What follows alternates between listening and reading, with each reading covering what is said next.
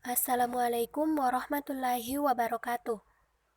Kami dari kelompok 8 akan mempresentasikan materi kami yaitu desain media pembelajaran.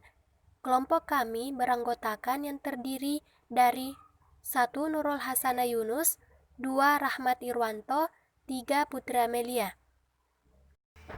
Baiklah, saya Putri Amelia akan membahas mengenai pengertian media dan media visual, manfaat media visual, dan prinsip-prinsip media visual.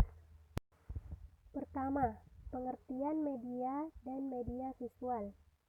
Media adalah perantara pesan dari pengirim ke penerima pesan. Media visual adalah media yang melibatkan indera penglihatan.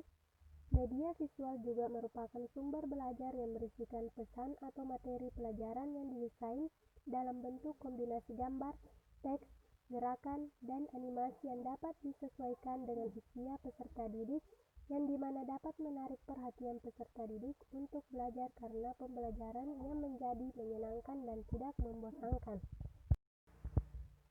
Manfaat media visual. 1. Meningkatkan daya tarik dan perhatian siswa dengan desain materi yang menarik. 2. Media visual dapat mengatasi keterbatasan pengalaman yang dimiliki oleh siswa dengan video-video pelajaran yang ditampilkan. 3. Media visual dapat menanamkan konsep dasar yang benar, konkret, dan realistiskan. 4. Media visual dapat membangkitkan keinginan dan minat baru siswa dengan desain pelajaran yang menarik. 5.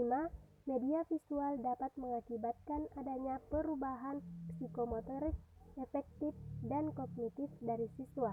6. Media visual dapat memungkinkan adanya interaksi langsung siswa dengan lingkungannya seperti media alam. Prinsip-prinsip media visual. Menurut Azhar Arsyad, simbol media visual dalam pembelajaran memiliki prinsip-prinsip diantaranya. 1. Kesederhanaan. Media visual didesain dengan jumlah elemen pembelajaran yang sederhana sehingga memudahkan siswa dalam menangkap dan memahami materi pelajaran. 2. Penekanan. Media visual meskipun penyajian materinya yang sederhana, tetap harus adanya konsep penekanan terhadap pelajaran yang menjadi pusat perhatian siswa. Keterpaduan, di mana elemen 3. Keterpaduan, di mana elemen-elemen pembelajaran yang didesain harus menyatu secara keseluruhan, yakni mengandung semua pesan yang ingin disampaikan dalam materi pelajaran. Perkenalkan, nama saya Nurul Hasana Yunus. Saya akan menjelaskan tentang macam-macam media visual. Yang pertama, gambar.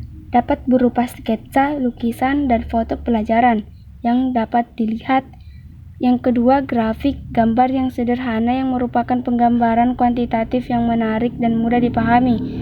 Yang ketiga, diagram, susunan garis-garis yang menyerupai peta, diagram skematik, diagram yang menggunakan gambar vektorial. Diagram-diagram digunakan untuk menerangkan letak-letak bagian satu dengan yang lainnya. 4. Bagan, susunan materi pelajaran yang biasanya disertai simbol dan gambar.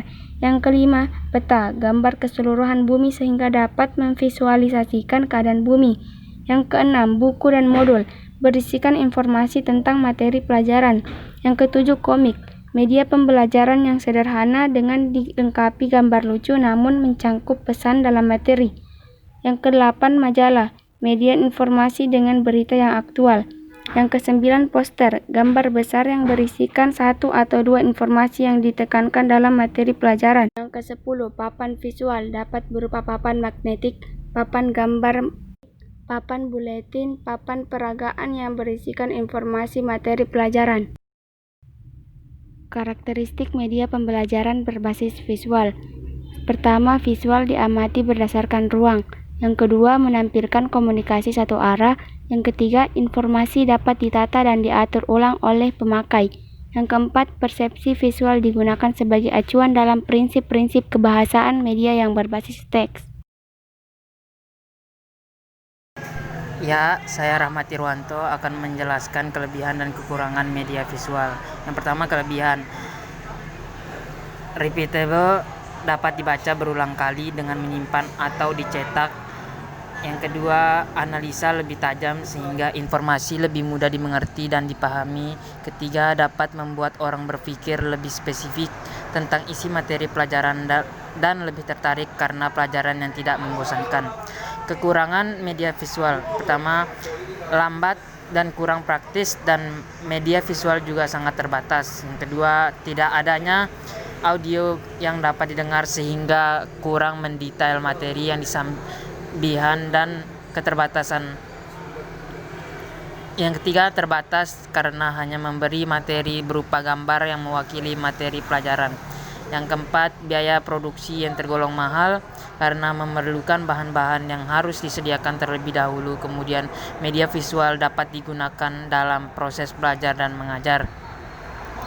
Kesimpulan, guru sebagai subjek utama pembelajar dan sumber utama pembelajaran dalam upaya meningkatkan mutu dan kualitas pembelajaran. Selain harus mampu membawa dirinya menjadi guru profesionalitas, guru juga harus bisa menguasai dengan matang mengenai media pembelajaran. Di media pembelajaran yang sangat beragam ini, jika dimanfaatkan dengan baik oleh guru, maka akan mengantarkan guru mampu merancang tujuan pembelajaran yang dapat tercapai secara maksimal, baik untuk dirinya sebagai seorang pendidik dan siswa sebagai peserta didik. Media yang beragam dengan lebih dan keterbatasan masing-masing menuntut para guru untuk profesional dalam memilih dan membuat media yang tepat sehingga dapat diimplementasikan atau diterapkan dalam proses belajar mengajar dengan baik. Terima kasih.